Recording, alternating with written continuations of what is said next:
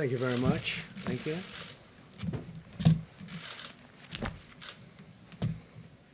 Good evening. I'd like to provide the American people with an update on our efforts to protect the integrity of our very important 2020 election. If you count the legal votes, I easily win. If you count the illegal votes, they can try to steal the election from us. If you count the votes that came in late, we're looking at them very strongly, but a lot of votes came in late. I've already decisively won many critical states, including massive victories in Florida, Iowa, Indiana, Ohio.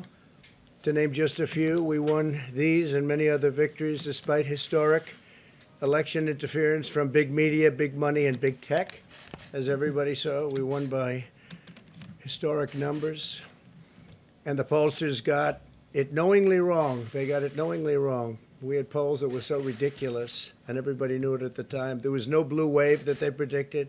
They thought there was going to be a big blue wave. That was false. It was done for suppression reasons. But instead, there was a big red wave.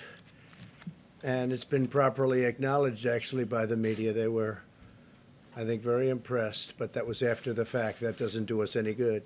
We kept the Senate despite having twice as many seats to defend as Democrats, and in a really much more competitive states, we did a fantastic job with the Senate. I think we're very proud of what's happened there. We had many more seats to defend. They spent almost $200 million on Senate races in South Carolina and Kentucky alone, 2 races, and hundreds of millions of dollars overall against us. At the national level, our opponents' major donors were Wall Street bankers and special interests. Our major donors were police officers, farmers, everyday citizens. Yet for the first time ever, we lost 0 races in the House. I was talking to Kevin McCarthy today. He said he couldn't believe it. 0 races. Very unusual thing, 0. And actually won many new seats with, I think, many more on the way. This was also the year of the Republican woman. More Republican women were elected to Congress than ever before. That's a great achievement. I won the largest share of non-white voters of any Republican in 60 years, including historic numbers of Latino, African American, Asian American, and Native American voters, the largest ever in our history. We grew our party by 4 million voters, the greatest turnout in Republican Party history. Democrats are the party of the big donors, the big media, the big tech, it seems, and Republicans have become the party of the American worker, and that's what's happened. And we're also, I believe, the party of inclusion. As everyone now recognizes, media polling was election interference in the truest sense of that word, by powerful special interests. These really phony polls, I have to call them phony polls, fake polls, were designed to keep our voters at home, create the illusion of momentum for Mr. Biden, and diminish Republicans' ability to raise funds. They were what's called suppression polls. Everyone knows that now. And it's never been used to the extent that it's been used on this last election. To highlight just a few examples, the day before election, Quinnipiac, which was wrong on every occasion that I know of, had Joe Biden up by 5 points in Florida, and they were off by 8.4 points, and I won Florida easily. So they had me losing Florida by a lot, and I ended up winning Florida by a lot. Other than that, they were very accurate. They had him up 4 points in Ohio, and they were up by 12.2 points. And I also won Ohio, great state of Ohio, very easily. The Washington Post said Biden up 17 points in Wisconsin, and it was basically even. They were off by about 17 points. And they knew that. They're not stupid people. They knew that. Suppression. There are now only a few states yet to be decided in the presidential race. The voting apparatus of those states are run in all cases by Democrats. We were winning in all the key locations by a lot, actually. And then our numbers started miraculously getting whittled away in secret, and they wouldn't allow legally permissible observers. We went to court in a couple of instances, and we were able to get the observers put in. And when the observers got there, they wanted them 60, 70 feet away, 80 feet, 100 feet away, or outside the building to observe people inside the building. And we won a case, a big case, and we have others happening. There are lots of litigation, even beyond our litigation. There's tremendous amount of litigation generally because of how unfair this process was. And I predicted that. I've been talking about mail-in voting for a long time. It's really destroyed our system. It's a corrupt system, and it makes people corrupt even if they aren't by nature. But they become corrupt. It's too easy. They want to find out how many votes they need, and then they seem to be able to find them. They wait, and then they find them. And you see that on election night. We were ahead in vote in North Carolina by a lot, tremendous number of votes. And we're still ahead by a lot, but not as many, because they're finding ballots all of a sudden. Oh, we have some mail-in ballots. It's amazing how those mail-in ballots are so one-sided, too. I know that it's supposed to be to the advantage of the Democrats, but in all cases, they're so one-sided. We were up by nearly 700,000 votes in Pennsylvania. I won Pennsylvania by a lot, and that gets whittled down to, I think they said now we're up by 90,000 votes, and they'll keep coming and coming and coming. They find them all over, and they don't want us to have any observers, although we won a court case. The judge said you have to have observers. Likewise in Georgia, and they're appealing. Actually, they're appealing. We won a case that we want people to watch, and we want observers, and they're actually appealing, which is sort of interesting. I wonder why they'd appeal, that all we want to do is have people watch as they do the vote tabulations. Likewise in Georgia, I won by a lot, with a lead of over getting close to 300,000 votes on election night in Georgia. And by the way, got whittled down, and now it's getting to be to a point where I'll go from winning by a lot to perhaps being even down a little bit. In Georgia, a pipe burst in a faraway location, totally unrelated to the location of what was happening, and they stopped counting for 4 hours, and a lot of things happened. The election apparatus in Georgia is run by Democrats. We also had margins of 300,000. In Michigan, we're way up in Michigan, won the state. And in Wisconsin, we did likewise fantastically well. And that got whittled down. In every case, they got whittled down. Today, we're on track to win Arizona. We only need to carry, I guess, 55% of the remaining vote, 55% margins. And that's a margin that we've significantly exceeded. So we'll see what happens with that. But we're on track to do okay in Arizona. Our goal is to defend the integrity of the election. We'll not allow the corruption to steal such an important election, or any election for that matter.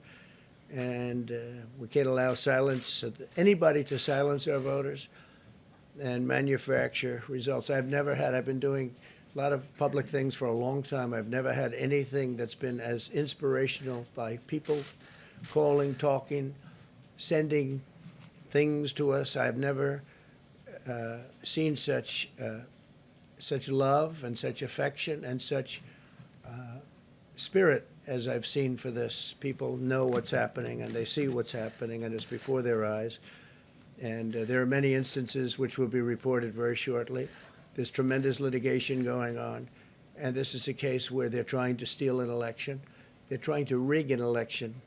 And we can't let that happen. Detroit and Philadelphia, known as two of the most corrupt political places anywhere in our country, easily cannot be responsible for engineering the outcome of a presidential race, a very important presidential race. In Pennsylvania, Democrats have gone to the state Supreme Court to try and ban our election observers, and very strongly.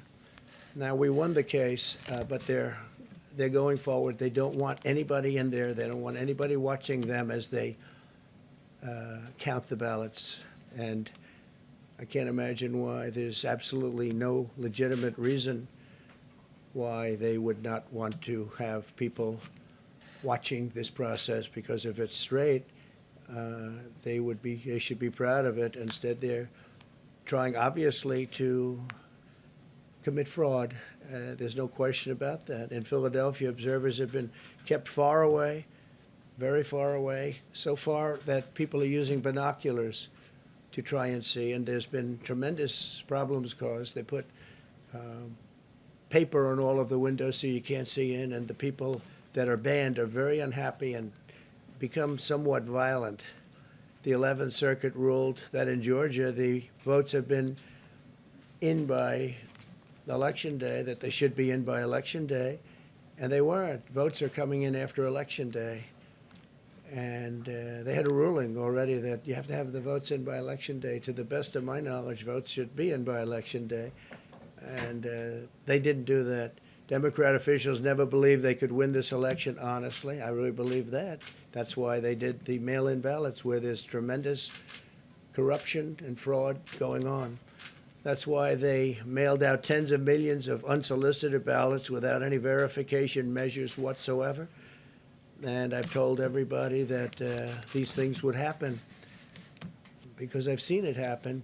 I watched a lot of different elections before they decided to go with this big, massive election with tens of millions of ballots going out to everybody, in many cases totally unsolicited. This was unprecedented in American history. This was by design, despite years of claiming to care about the election security.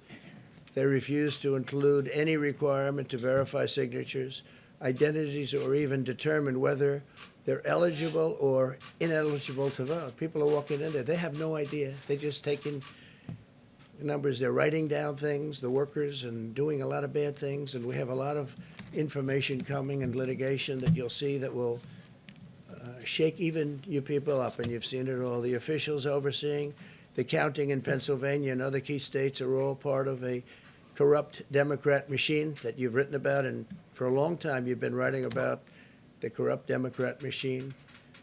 I went to school there, and I know a lot about it. It hasn't changed. It's a long time ago, and hasn't changed. It's gotten worse. In Pennsylvania, partisan Democrats have allowed ballots in the state to be received 3 days after the election, and we think much more than that. And they're counting those without even postmarks or any identification whatsoever. So you don't have postmarks, you don't have identification. There have been a number of disturbing irregularities across the nation. Our campaign has been denied access to observe any counting in Detroit. Detroit is another place, and I wouldn't say it has the best reputation for election integrity. Poll workers in Michigan were duplicating ballots, but when our observers attempted to challenge the activity, those poll workers jumped in front of the volunteers to block their view so that they couldn't see what they were doing. And it became a little bit dangerous. One major hub for counting ballots in Detroit covered up the windows again with large pieces of cardboard, and so they wanted to protect and block the counting area. They didn't want anybody seeing the counting, even though these were observers who were legal observers that were supposed to be there. In Detroit, there were hours of unexplained delay in delivering many of the votes for counting. The final batch did not arrive until 4 in the morning, and even though the polls closed at 8 o'clock. So they brought it in, and the batches came in, and nobody knew where they came from. We've also been denied access to observe in critical places in Georgia. In multiple swing states, counting was halted for hours and hours on election night, with results withheld from major Democrat-run locations only to appear later. And they suddenly appeared, and they all had the name Biden on them, or just about all. I think almost all. They all had the name Biden on them, which is a little strange. I challenge Joe and every Democrat to clarify that they only want legal votes, because they talk about votes, and I think they should use the word legal votes. We want every legal vote counted, and I want every legal vote counted. We want openness and transparency, no secret count rooms, no mystery ballots, no illegal votes being cast after Election Day. you have election day, and the laws are very strong on that. You have an election day, and they don't want votes cast after election day, and they want the process to be an honest one. It's so important. We want an honest election, and we want an honest count, and we want honest people working back there because it's a very important job. So that's the way this country is going to win. That's the way the United States will win. And we think we will win the election very easily. We think there's going to be a lot of litigation because we have so much evidence, so much proof, and it's going to end up perhaps at the highest court in the land. We'll see. But we think there'll be a lot of litigation because we can't have an election stolen like this. And I tell you, I have been talking about this for many months with all of you, and I've said very strongly that mail-in ballots are going to end up being a disaster. Small elections were a disaster. Small, very easy to handle elections were disastrous. This is a large-scale version, and it's getting worse and worse every day. We're hearing stories that are horror stories, absolute horror stories. And we can't let that happen to the United States of America. It's not a question of who wins, Republican, Democrat, Joe, myself. We can't let that happen to our country. We can't be disgraced by having something like this happen. So it will be hopefully cleared up, maybe soon, I hope soon, but it'll probably go through a process, a legal process. And as you know, I've claimed certain states, and he's claiming states, and we can both claim the states, but ultimately I have a feeling judges are going to have to rule. But there's been a lot of shenanigans, and we can't stand for that in our country. Thank you very much.